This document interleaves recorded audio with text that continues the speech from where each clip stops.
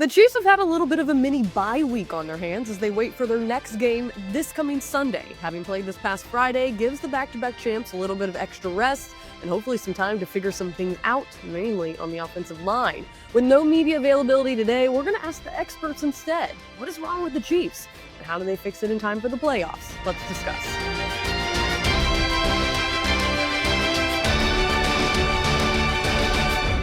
What is up, Chiefs Kingdom? Happy Tuesday. I'm Hayley Lewis, and this is Chiefs News Daily. Over the next 10 minutes, we're going to bring you all the Chiefs updates that you need to know, and we're going to break down what experts around the league think about the reigning Super Bowl champs. With another divisional opponent on deck, there is plenty to dissect, but first, we ask that you like and subscribe right here on the KCSN YouTube channel, and let's dive into this one. All right, I got some headlines coming to you today that you need to know. According to reports, the Chiefs are going to be elevating tight end Baylor Cupp to their active 53-man roster off the practice squad later on today, per sources. Baylor could potentially make his NFL debut against the Chargers this coming Sunday night. He looks to take over the role left behind by Peyton Hendershot, who was recently moved to the practice squad IR. Also, Pro Bowl voting has begun. The league announced the leading Pro Bowl vote getters for the AFC and the NFC. One Chiefs player is leading the way at fullback, and you guessed it, it is Carson Steele. My guy still has the most votes right now currently. Also, Joe Tooney is in first place for guard. Creed Humphrey has the most for a center in the AFC as well. Now, no defensive leaders for Kansas City, but Chiefs long snapper James Winchester is in first place right now. Also, a follow-up on a really sweet story that came out in the past couple of weeks. Remember the falling kid that Tershawn Wharton saved at the game in Carolina? Well, that 13-year-old boy got to come to Kansas City to see Turk play in person. Andy was spotted on the sideline posing for a picture with Turk before the Chiefs' most recent game against the Raiders. All right, it's time to get to the meat and potatoes. What is wrong with the Kansas City Chiefs? Well, the team is currently 11-1. They've already locked in a playoff berth, and they are on the cusp of securing the division.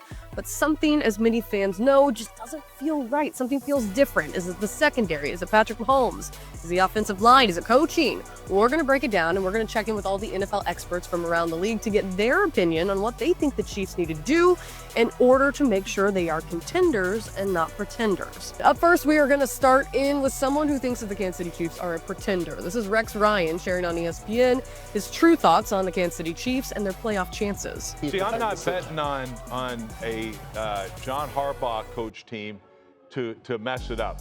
I'm not betting on a Mike Tomlin team to mess it up. Rex, we talk true. about very true. Rex, a John Harbaugh team did exactly that in the AFC Championship game against them last year. Absolutely, when they stopped running the football, that's when what they gave 6 carries and all that. I don't see it happening this year. Are you counting they bring in Derrick Henry? This is not. You guys haven't had. The only thing you're missing. This ain't the same team as last year. There's no Ladarius Sneed out there. Their defense is average as hell, especially against the vertical passing game. You guys seem to think it's going to be the same. It's not. So you that left tackle can't block me, and I'm telling you right now, Pacheco, he better be healthy, or I'm telling you. So you're telling me you're sitting up here counting the Kansas City, the back-to-back Super Bowl defending champion. You're counting them out, right? I'm not. I'm saying this, Randy. I recognize the fact that they're going to get the bye. All right. Now all they have to do is win one more game. They're in the championship game. I don't think the way they're playing, I don't have any faith in it. Why? I've been around this game all my life. I've seen teams like this before, and you know what happens to them? They get beat in the first round. Well, ye of little faith. Let us check in with Pat McAfee on the Pat McAfee Show. He still has all the belief in Kansas City. If the Chiefs weren't back-to-back Super Bowl champions, right now, and just winning games, they're 11-1. Yeah, sure. You know, everybody, they haven't even played their best football yet. They're 11-1. If the Chiefs didn't exist, this would be a non-starter. Bills versus the Lions or the Eagles. Mm-hmm. That would be the Packers fans would be pissed. Vikings fans would be pissed. But the NFC would have its full discussion, and then it would be Buffalo Bills and then Lamar Jackson. Mm-hmm. Yeah, right after. Yeah, it'd be Lamar Jackson right afterwards. But now, because the Chiefs are in the back-to-back, you always have to respect that. Like, hey, this team wins somehow. Mm-hmm. Is it the football gods blessing them with a flag or a non-flag? Maybe. Is it them being able to squeak one out when other people aren't able to do it? Maybe. Is it them being able to make a play whenever it's needed, even though the likelihood of the play actually happening is so slim to none? Maybe. Is it because they're able to make the kicks, other people aren't able? Whatever the case, they win. Like, that is what Kansas. The Chiefs is still the Chiefs, until the Chiefs are no longer the Chiefs. And people are thinking that's right now. They're 11-1 right now. Yeah. But to the Bills, too, like, it's all well and good. We can talk about all this stuff about how great they look, but, like, ultimately, until they beat the Chiefs in the playoffs, like, nobody cares. Exactly. None of this matters. Including them. Yeah, they know. They're at the top of their They list. know. Josh Allen, we've been talking about him in MVP conversations for years now. We always talk about how many the numbers he put up, and then obviously we remember the 13 seconds. But yeah, none of it matters if they can't get over the humps that Chiefs is 11-1. And still, Chiefs still the Chiefs, so I know they haven't figured out. I'm more concerned about the defense. That defense surprisingly just is not on the same page as they were last year. But I still expect Patrick Mahomes to still be right there once those would be. Some say defense, some say offense. What is really the biggest issue Kansas City needs to address before the playoffs? ESPN's Dan Orlovsky breaks down what he thinks is the biggest problem, a problem that Kansas City is actively trying to take care of. Now, for context, this clip did come out before the Chiefs officially signed veteran left tackle DJ Humphries. I totally agree with you, but they know that. They've known that for 2 years now. Left tackle was an issue last year. Right tackle was an issue. Now, I think it's a greater one. They had Rashee Rice last year, so I think you can mitigate it a little bit. I think that's part of the reason why we've seen Patrick play to the style at sometimes. It's like, number one, to get away, because he doesn't want the negative play. I firmly believe this. Patrick, Andy Reid, Matt Nagy, they're going to be good enough up and down the 20 to the 20. Can they make the necessary plays in the red zone or on 3rd and 7 to get into the red zone? I think that's going to be their greatest challenge is you can only mask it for so long or against so many teams. But when you get those elite edge rushers in those passing situations, that's when it gets dangerous. And that's my concern. This is a one-loss football team, so we're going to keep it in context. But if we're thinking about them going for 3 in a row, that's what concerns me down the stretch is that you can't rely on Patrick Mahomes to have the kind of play he did at the end of that game to win it against the team, an inferior opponent who was bad at pass rush and still got to your quarterback. Let's get back to the haters. Schein recently shared his true thoughts about the Kansas City Chiefs. Apparently, winning games means that you're a fraud. I can't with the Chiefs. I don't believe in them. I refuse to respect them.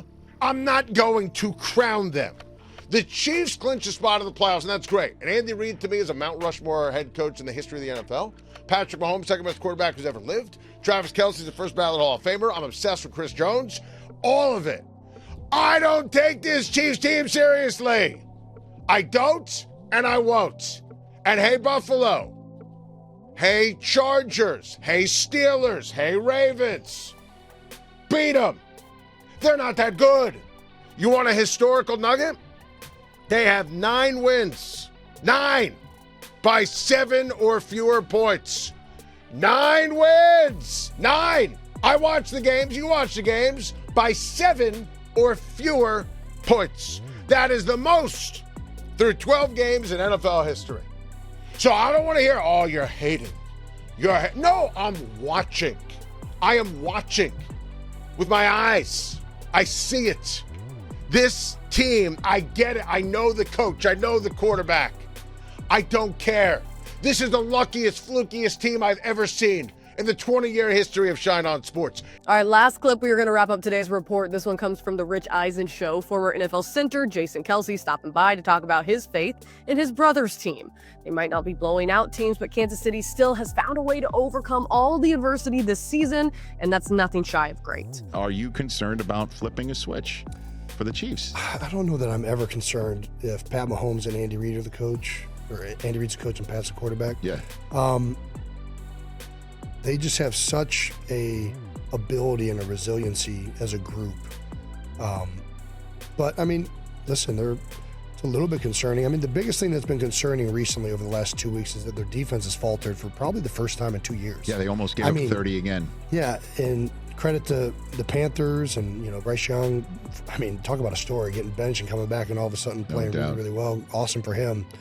But Spags, I mean, he was the untold story in some ways of last year's success. Pat Mahomes and Andy always get the credit, but that defense was really what allowed them to persevere through a lot of that stuff. And the last couple weeks, they've faltered a little bit. They're dealing with some injuries in the back end.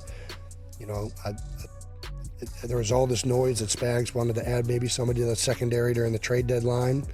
So we'll see. I mean, again, they still find ways to win. And if the game's ever close, yes, I'm like, if this is World Series of Poker, I'm all in on Patrick Mahomes.